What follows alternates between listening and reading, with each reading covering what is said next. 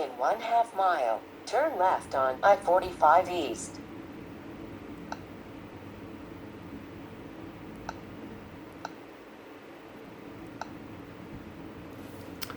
Well, I'm showing this for a reason. In 1/4 mile, be in the second lane from the left. Then turn left on I-45 East. Let's mute that. Zoom in a little bit. There we go. Am I in focus? Yeah, right about there. There we go. That's good. What are we looking at? A Drive 52 MT. This guy. Come on. There we go. This guy specifically. It doesn't say MT, but it is the MT because it's got the built-in traffic receiver. Per my recent Parkopedia adventures, or misadventures, I should say, I remembered something. I said, oh yeah, the Drive 52 also has the parking layer thing. So, let me just show you that. So, in the maps, yeah, we've got Parkopedia here. But there was another thing brought up in the comments about History Channel. Yes. Actually, is that in the map? I don't think it is. No, that's not listed here.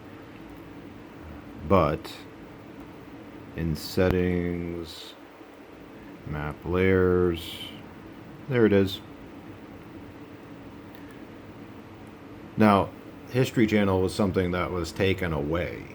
Something like almost a year ago at this point, 10 or 11 months ago. I remember when that happened. I said, oh, because that's kind of, it's genuinely interesting. Oh, and furthermore, when you do the up-ahead things, you can actually configure one of these to be history. So if I show one here as history, yeah, let's go back. There we go. That's kind of neat. You can do that with this. Let me go back to turns. There we go. For the up ahead stuff. And you can see it on the map there, and you saw it a little bit ago. My point is that the Drive 52 kept History Channel, and it kept Parkopedia and the parking layer. It's all here. So if you looked at the DriveSmart 66 or 65 or 76 and said, oh, it's all nice, bigger, more legible, but I'm missing stuff. Well, the 52 kept everything. And this is the one that nobody wants because it's the matte screen. I mean, I got 4 of these things. I got 2 of them in EX flavor and 2 of them in MT flavor, which means maps and traffic. And the other one does not have a built-in traffic receiver, the EX version. Still plenty good. I mean, you can see this, plenty good, plenty legible. Got the turns feature, which I really like. Okay, so I said I would give a report on what happened.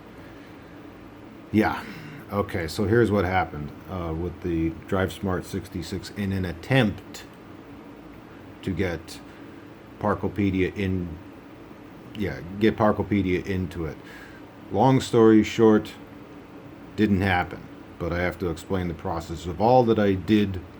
So if you were thinking about doing this, you don't have to. All right, so I went through multiple steps to see if I could get it in there. None of this stuff worked. So, all right, I tried a full system reset, which means that I had to set it up from scratch and then complete quotation fingers, air quotes, complete the setup using the Garmin Drive app, and I can't stand using that thing every time I have to launch it, which is rare, but you have to do that to complete the setup on one of those. So I did, and I completely hooked it up and reset it and everything, reloaded the maps out of Garmin Express, tried Web Updater, which I was 100% certain would not work, and it didn't. And yeah, none of that worked. Absolutely none of that worked. Parkopedia on that 66, that one in particular, is never coming back. But the other one I have does have Parkopedia, but doesn't have history, as in History Channel, because that was removed some time ago. And that is what led me to this, the 52. No, I'm not going to switch to the 52, but I thought about it. I said, okay, is there any model I have which has everything, that didn't lose anything? This one. Now, true, it doesn't have the animated lane assist on the right side. True. It has the junction view, static images. That's fine. I don't have a problem with that. And no, the text is not as large as I would like, particularly right here. I wish this was larger. That's one of the best things about the 66 and 76. They made that very large, which I like. I very, very much like that. But, you know, aside from that, okay, no, there's no voice command on this. 52 never had that. And this is matte and not capacitive, but it's plenty bright. This is one of, in fact, the only model I know that matches the brightness of the old Nuvi 40 and 50. As a matter of fact, I would say that to anyone that has a Nuvi 50 now. It's like, well, is there anything newer I could get? Yeah, you could get this. It doesn't have text as large as the 50, but if you want to equal the screen brightness and still have matte screen, this was the last matte. The last one was the 52. And the best of the last was the 52 MT, which is what this guy is. Not a current model anymore. And yes, you do have to, if you're in the United States, you do have to supplement this with a 32 gig micro SD to fit all the maps. But once you do, you're all set up. So anyway, back to the point. Yeah, I tried everything I knew. Everything. To get Parkopedia back on the 66, or just get it into the 66. Nope, it was not happening on that particular model. Now, there's one thing, I have mentioned this before, but I've not had to mention it since because there was no point, but I can now, because there is a point, is that my first 66 was ordered brand new. The second 66, the one that does not have Parkopedia on it, is a refurb. But that should not matter. And I'll tell you exactly why it should not matter, because the Garmin DriveSmart 76 I own, brand new in box, does not have Parkopedia, never did. So the fact I can't use the fact it's a refurb as the reason why the Parkopedia is not in there. But I figured I would mention it anyway. So, okay. The only difference, and this is the reason I'm telling you, is that's the only difference between the two models I have. Is one was bought new in box and the other one was bought refurb. That's it. As far as other things are concerned, when I went to the about screen, I checked this part right here, the hardware version between both 66s I have. It's identical. Now, normally, if you, like, for example, I have EXs and MTs of the 52 here, there will be minor differences, very minor differences in the hardware version that I can identify. But on the 60 pair of 66s I have, nope. I was trying to find anything that differentiated one from the other. I could not find one. I wish I could, because then I would know which ones get Parkopedia and which ones don't, but it's an unknown.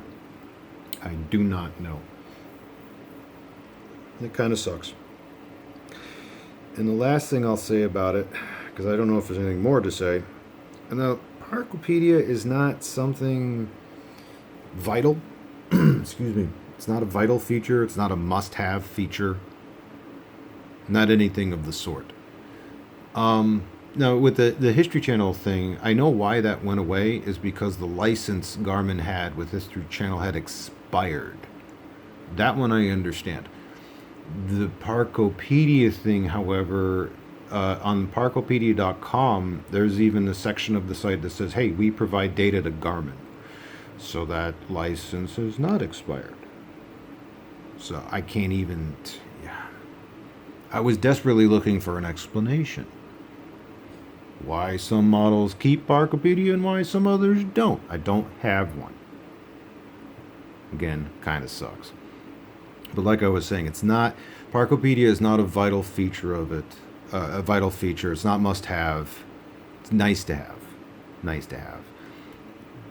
What I consider vital features, as in, yeah, the must-have features, well, my opinion is different from that of a lot of other navigation users, be it Garmin, TomTom, Google Maps, Waze, doesn't matter.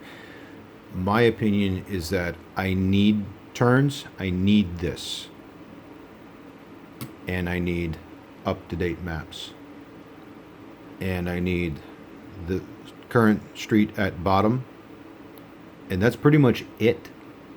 Honestly, I could even do without speed limits, because I'm an old school GPS user, been using them for 20 years, since 2005. In 2005, there was no speed limit display on a Garmin Street Pilot, and you didn't get junction view. That didn't even exist. All you had was something similar to this. Didn't have the current street name at the bottom. I mean, if you've ever used the new V200, any of the 200 series, that's pretty much that was the experience. That was the experience back then. So I know what it is like to use one of these with a very minimal feature set. Very minimal. And I'm okay using that. No traffic reporting, no lane assist, no, none of that. But as far as what is must-have for me now, it is, like I said, up-to-date maps and that turns list. Like, using it like this, I don't like using it like this. I like having that. Once I experienced that, starting with the DriveSmart 50, that was the first time I experienced that, and I'm like, oh my God, this is nice. This is good. This is really good, because it gives me an extended list of directions, which is sometimes what I want. Sometimes I don't even pay attention to this. I'm only paying attention to the turn coming up and then the next 3 turns after that. Sometimes that matters more. So, okay. So, point being, Parkopedia is not must-have. It is disappointing, though, and I can understand anyone that would say, hey, I paid for this thing. It came with History Channel. It came with Parkopedia. Now it's not there. It said it was there on the, like, especially with History Channel, it said it was there on the box. On the box. And there was, as far as I'm aware, nothing there that said this might disappear later. Now, if there was a little note, and I didn't look this up, this might be in the manual, although I doubt it. If there was anything in the manual that said, yeah, when the license Garmin licenses this information from Parkopedia, and at some point it may not be in the unit anymore. Even if it said just one little itty-bitty line of text like that, okay, well, technically they gave notice, even if it was buried somewhere in the manual, but I don't even think that's there. That's the part that makes you feel the sting. That's the sting part right there. It's like, come on, man. But I don't pay it much mind because, like I said, my vital feature set, fortunately, is things that the unit does regardless of what map data is in it.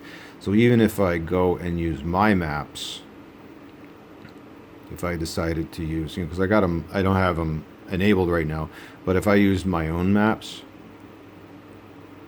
yeah, this doesn't work, but this works.